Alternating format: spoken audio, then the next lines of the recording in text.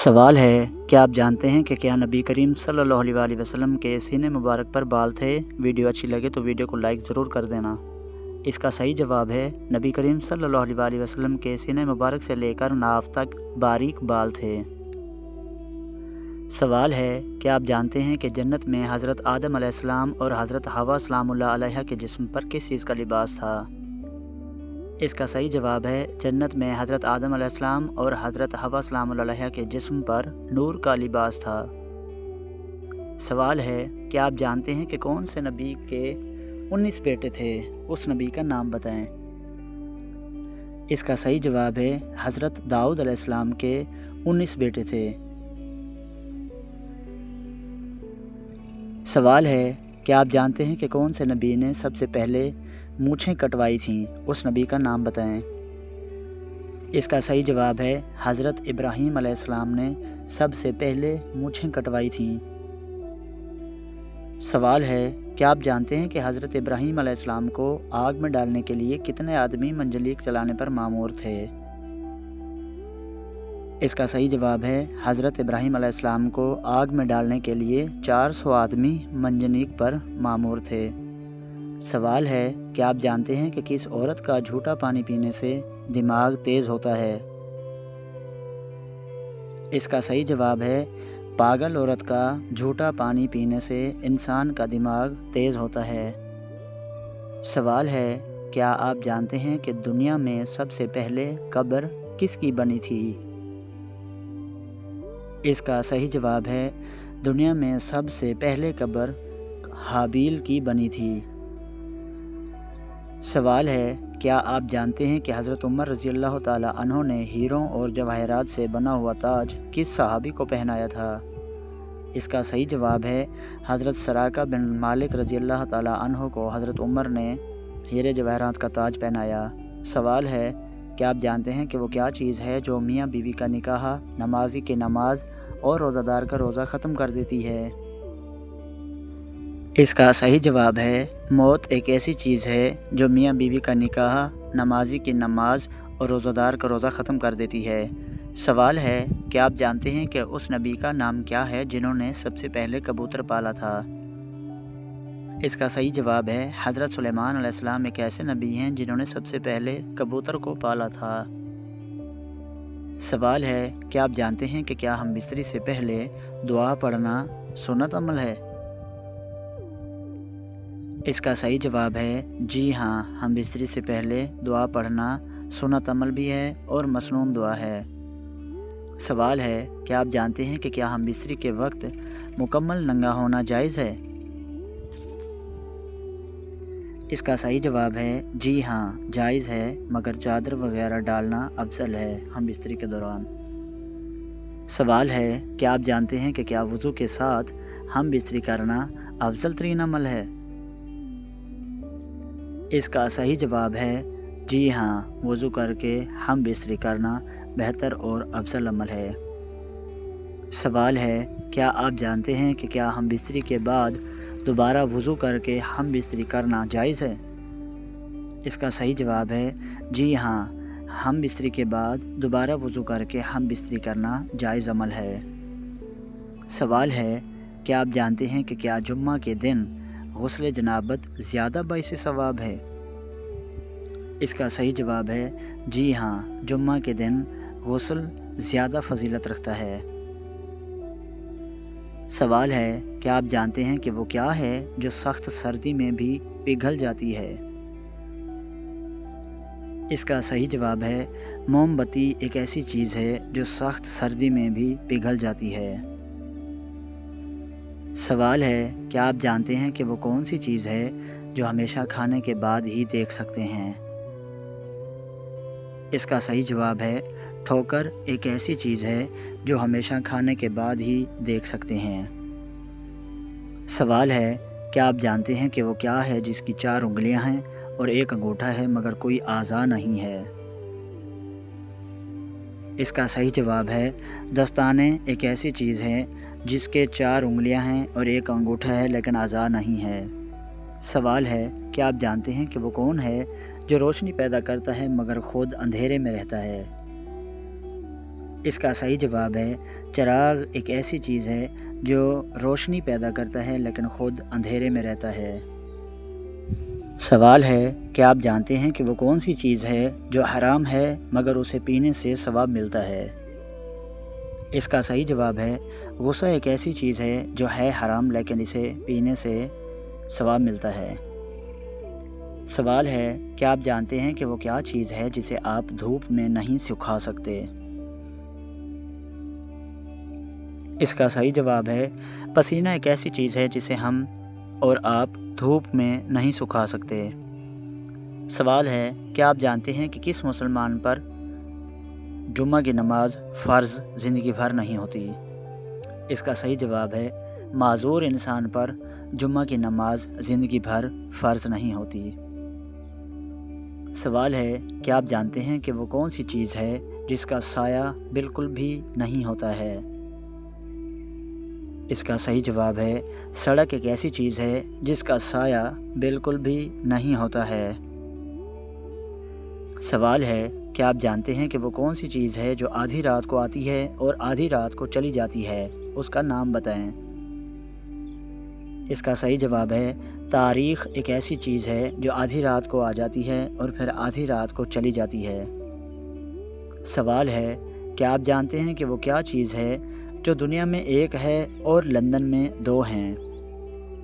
اس کا صحیح جواب ہے حرف نون ایک ایسی چیز ہے جو دنیا میں ایک اور لندن میں دو ہیں۔ سوال ہے کہ آپ جانتے ہیں کہ ایک کمرے میں 400 آدمی ہیں، 2 سو گئے باقی کتنے رہ گئے؟ اس کا صحیح جواب ہے ایک کمرے میں 400 آدمی ہیں، 2 سو گئے تو باقی بھی 400 آدمی ہی رہیں گے کمرے میں۔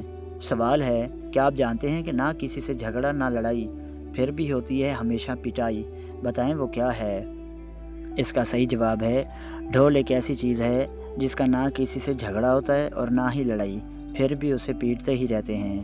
سوال ہے کہ آپ جانتے ہیں کہ ہاتھ میں ڈنڈا نہ تلوار، چھوٹا سا ایک چوکیدار، بتائیں یہ کیا ہے؟ اس کا صحیح جواب ہے تالا ایک ایسی چیز ہے جس کے ہاتھ میں نہ ڈنڈا ہوتا ہے نہ تلوار ہوتا ہے، پھر بھی وہ چوکیدار کا کام سر انجام دیتا ہے۔ سوال ہے کہ آپ جانتے ہیں کہ انسانی جسم کا وہ کون سا حصہ ہے جو کبھی نہیں بڑھتا؟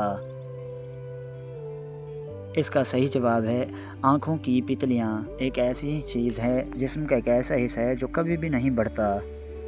سوال ہے کہ آپ جانتے ہیں کہ دنیا کی وہ کون سی جگہ ہے جہاں پرندے اڑ نہیں سکتے؟ اس جگہ کا نام بتائیں۔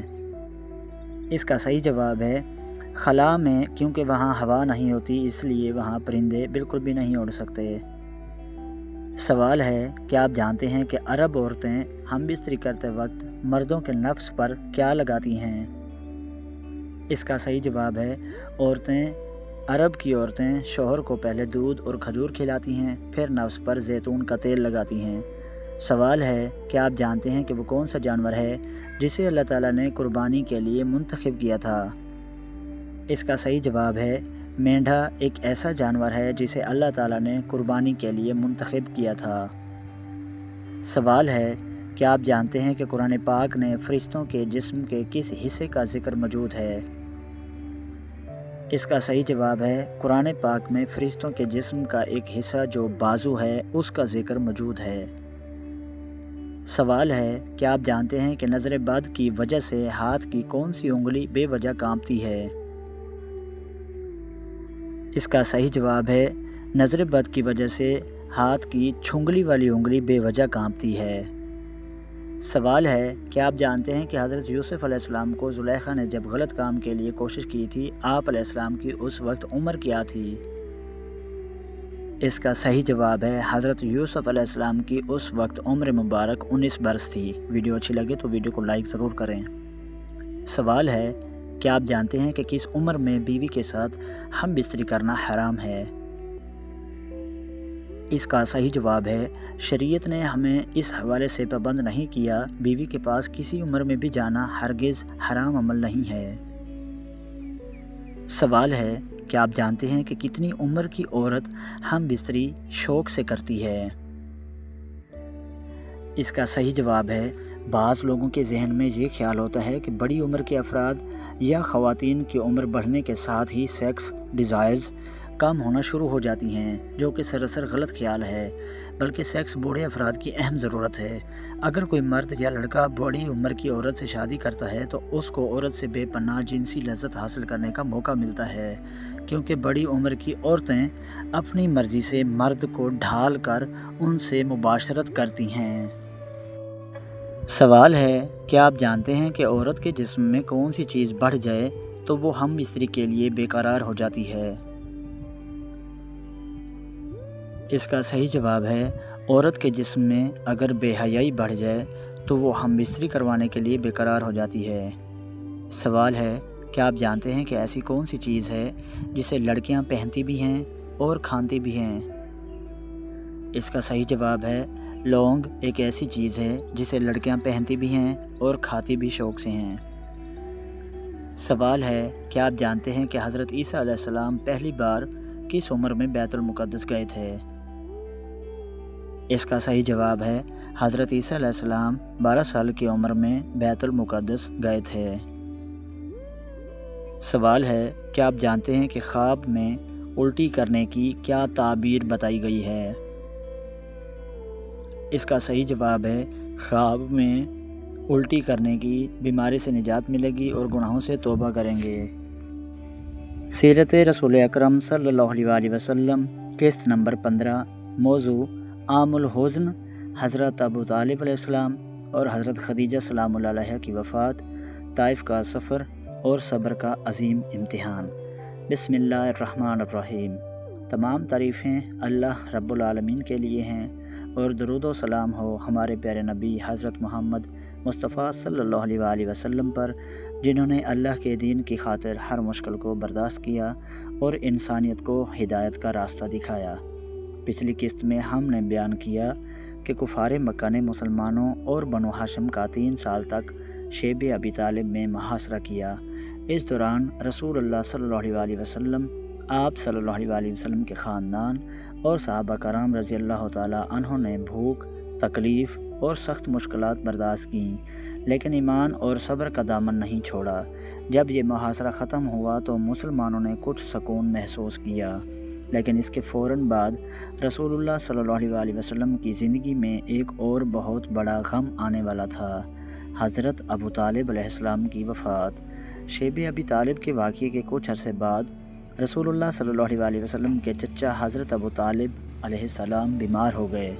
وہ رسول اللہ صلی اللہ علیہ وسلم کے لیے بہت بڑی حمایت تھے۔ بچپن سے لے کر نبوت تک انہوں نے اپنے بھتیجے کی حفاظت کی اور کفار مکہ کے سامنے آپ صلی اللہ علیہ وسلم کا دفاع کیا۔ جب حضرت ابو طالب علیہ السلام کی وفات کا وقت قریب آیا تو رسول اللہ صلی اللہ علیہ وسلم نے انہیں اسلام کی دعوت دی اور فرمایا، اے میرے چچا، آپ ایک مرتبہ لا الہ الا اللہ کہہ دیں، میں اللہ کے حضور آپ کے لیے گواہی دوں گا۔ لیکن بعض روایت کے مطابق وہ اپنے آبائی دین پر قائم رہے۔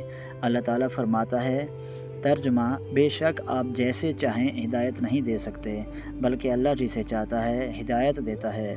سورۃ القصص آیت نمبر 56۔ حضرت ابو طالب علیہ السلام کی وفات رسول اللہ صلی اللہ علیہ وسلم کے لیے بہت بڑا صدمہ تھی، کیونکہ وہ مشکل وقت میں آپ صلی اللہ علیہ وسلم کے محافظ رہے تھے۔ حوالہ صحیح بخاری، کتاب التفسیر، سیرت ابن ہشام۔ حضرت خدیجہ سلام اللہ علیہ کی وفات۔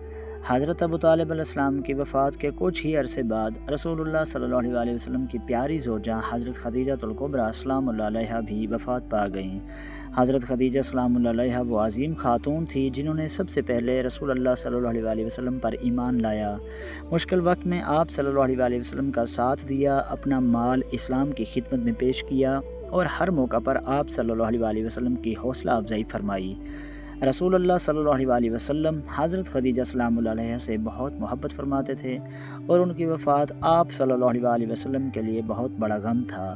حضرت عائشہ سلام اللہ علیہ فرماتی ہیں کہ مجھے کسی عورت پر اتنی غیرت نہیں آئی جتنی حضرت خدیجہ سلام اللہ علیہ پر، کیونکہ رسول اللہ صلی اللہ علیہ وسلم انہیں بہت یاد فرمایا کرتے تھے۔ حوالہ صحیح بخاری، کتاب المناقب، صحیح مسلم، کتاب فضائل الصحابہ۔ عام الحزن یعنی کہ غم کا سال۔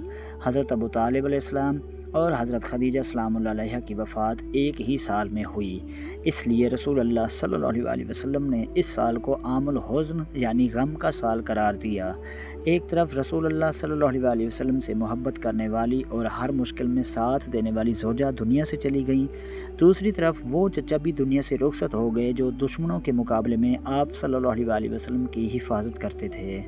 لیکن ان تمام غموں کے باوجود رسول اللہ صلی اللہ علیہ وسلم نے اللہ تعالیٰ کی رضا پر صبر فرمایا اور دعوت اسلام کا کام جاری رکھا۔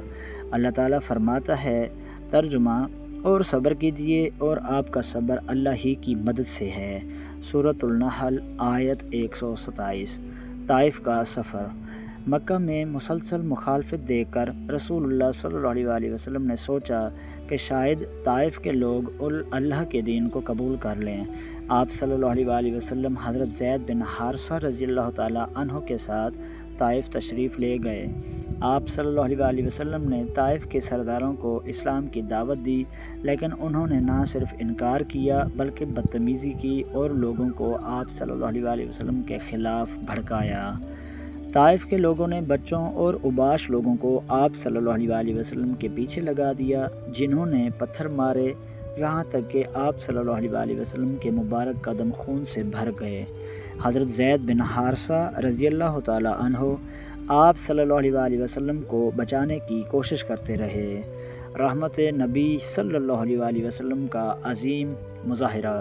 جب فرشتہ آیا اور عرض کیا کہ اگر آپ حکم دیں تو ان لوگوں کو دو پہاڑوں کے درمیان کچل دیا جائے، تو رسول اللہ صلی اللہ علیہ وسلم نے بدلہ لینے کی بجائے فرمایا، مجھے امید ہے کہ اللہ ان کی نسلوں میں ایسے لوگ پیدا کرے گا جو صرف اللہ کی عبادت کریں گے۔ یہ رسول اللہ صلی اللہ علیہ وسلم کی رحمت اور اعلیٰ اخلاق کی عظیم مثال ہے۔ حوالہ صحیح بخاری کتاب بدع الخلق، صحیح مسلم کتاب الجہاد والیسیر۔ طائف کے واقعے سے سبق۔ اللہ کے راستے میں مشکلات آتی ہیں، لیکن صبر کرنے والوں کے لیے اللہ کی مدد ہوتی ہے۔ رسول اللہ صلی اللہ علیہ وسلم نے تکلیف دینے والوں کے لیے بھی ہدایت کی دعا فرمائی۔ حضرت خدیجہ سلام اللہ علیہا اور حضرت ابو طالب علیہ السلام کی زندگی ہمیں وفاداری اور حمایت کا سبق دیتی ہے۔ مومن کو مشکلات میں بھی اللہ پر بھروسہ رکھنا چاہیے۔ حوالہ جات: قرآن مجید سورۃ القصص آیت 56، سورۃ النحل آیت 127، صحیح بخاری، صحیح مسلم، سیرت ابن ہشام، البدایہ والنہایہ از امام ابن کثیر۔ السلام علیکم ورحمۃ اللہ وبرکاتہ۔